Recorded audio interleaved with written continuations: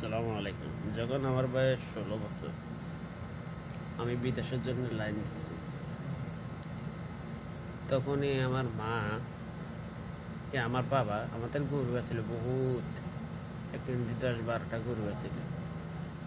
তখন আমার বাবা একটা র্যান্ডি গাড়ি ছিল, ওই র্যান্ডি গাড়ি কাছে গেছেন পরে বাবা প্যারালাইসিস হয়ে মানে অজ্ঞানে গেছে। কিনে দিয়ে 3 মাস 3.5 মাস ঢাকার লালমাটি হাসপাতাল রাখছিলেন। একা আমার কেউ নেই, যে ছোটো ছোটো ভাই বোন। কারণ তারপরে আমি বাবার একটু সুস্থ করে উড়াই মানে দোয়া দায় মানে দূর নাড়িয়া চোখের কথা এটা হেরা হরাই বাবার একটু সুস্থ করে উঠেছি। লাইন করিয়েছি, মায়ের অসুস্থ দেখা দিচ্ছে, মার কাশ দেখা দেওয়ার পরে মারালে গেলাম ডাক্তার কোষাদলাম হিরো স্যারের কাছে, শিশু ডাক্তার। ওনার কাছে নিয়েছি। উনি উড়ি দেখে শুনে আমার বলে, ভাই রে তোমার দুর্নীতি কি আসা? বলতে আমার আপন বলতে বড় কেউ নেই, আমি একই যথেষ্ট। তো আমার আমার মানে এখন আমি কি করব? আমি এখন কি করব? আমি মানে পরে পরে আমি বলি, স্যার কি হয়েছে? বলতেছে আপনার মার ব্লাড ক্যান্সার।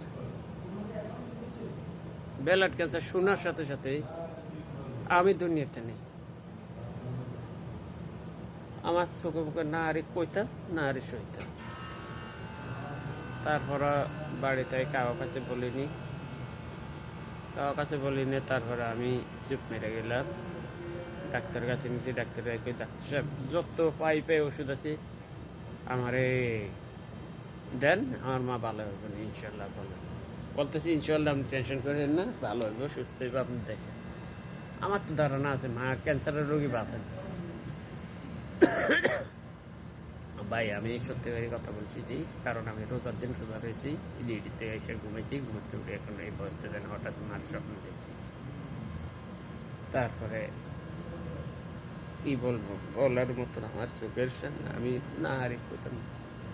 তো বিদেশের ব্যাপারে এখানে আমি সব কিছু লাইটমেন্ট করে আনছি আনি। তারপরে মারা অফিসে হয়েছে, মেডিকেল করছি, সব কিছু করলাম। ডুবে যাওয়া অবস্থা মা মোটামুটি সুস্থ হয়েছে। ডাক্তারের কাছে নিচে আবার পরীক্ষা নিরীক্ষা হয়েছে, ডাক্তার হয়েছে কমিয়েছে, সমস্যা না, টেনশন করবেন না, আপনি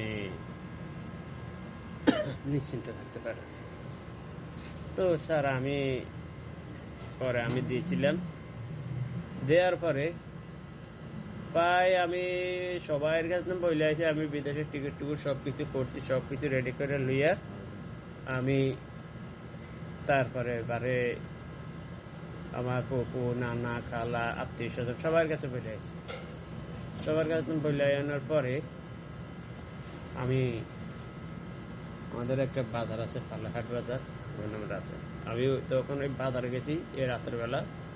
বাজারে বন্ধু বান্ধব আছে, সবাই কাছে তো হিসেব কিতাব, দোকানদারের লাগে মানুষের হিসেব কিতাব করে আমি বাড়িতে রাত্রে কিন্তু আমি বাইরে যাব, রাত্রে 9টার দিন আমি বাইরে যাব।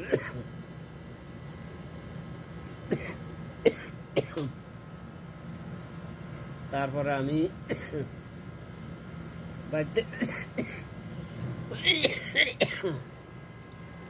বাড়িতে ফোন আছে আমার, ফোন দিয়ে বলে, ভাই আরে মা নাই। মা কই গেছে? বলতেছে মা মার গেছে। আমি দুনিয়ার বুঝে না, আমি দুনিয়ার বুকে নেই।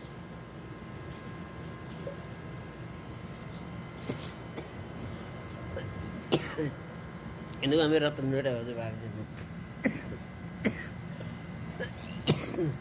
তখন আমি এডি করার পরে তারপরে বাড়িতে গেছি।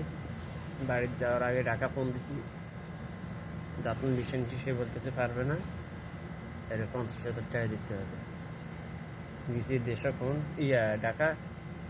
ঢাকায় তারা দিতে পারবে না, প্যালেট ক্যান্সেল হইলে দ্বিতীয়বার টিকিট দিতে পারবে না। দিলাম যাতে ডুবেছেন বিচারেছি তার কাছে। সে বলতেছে ভাই সমস্যা না, আপনি নিশ্চিন্তে থান,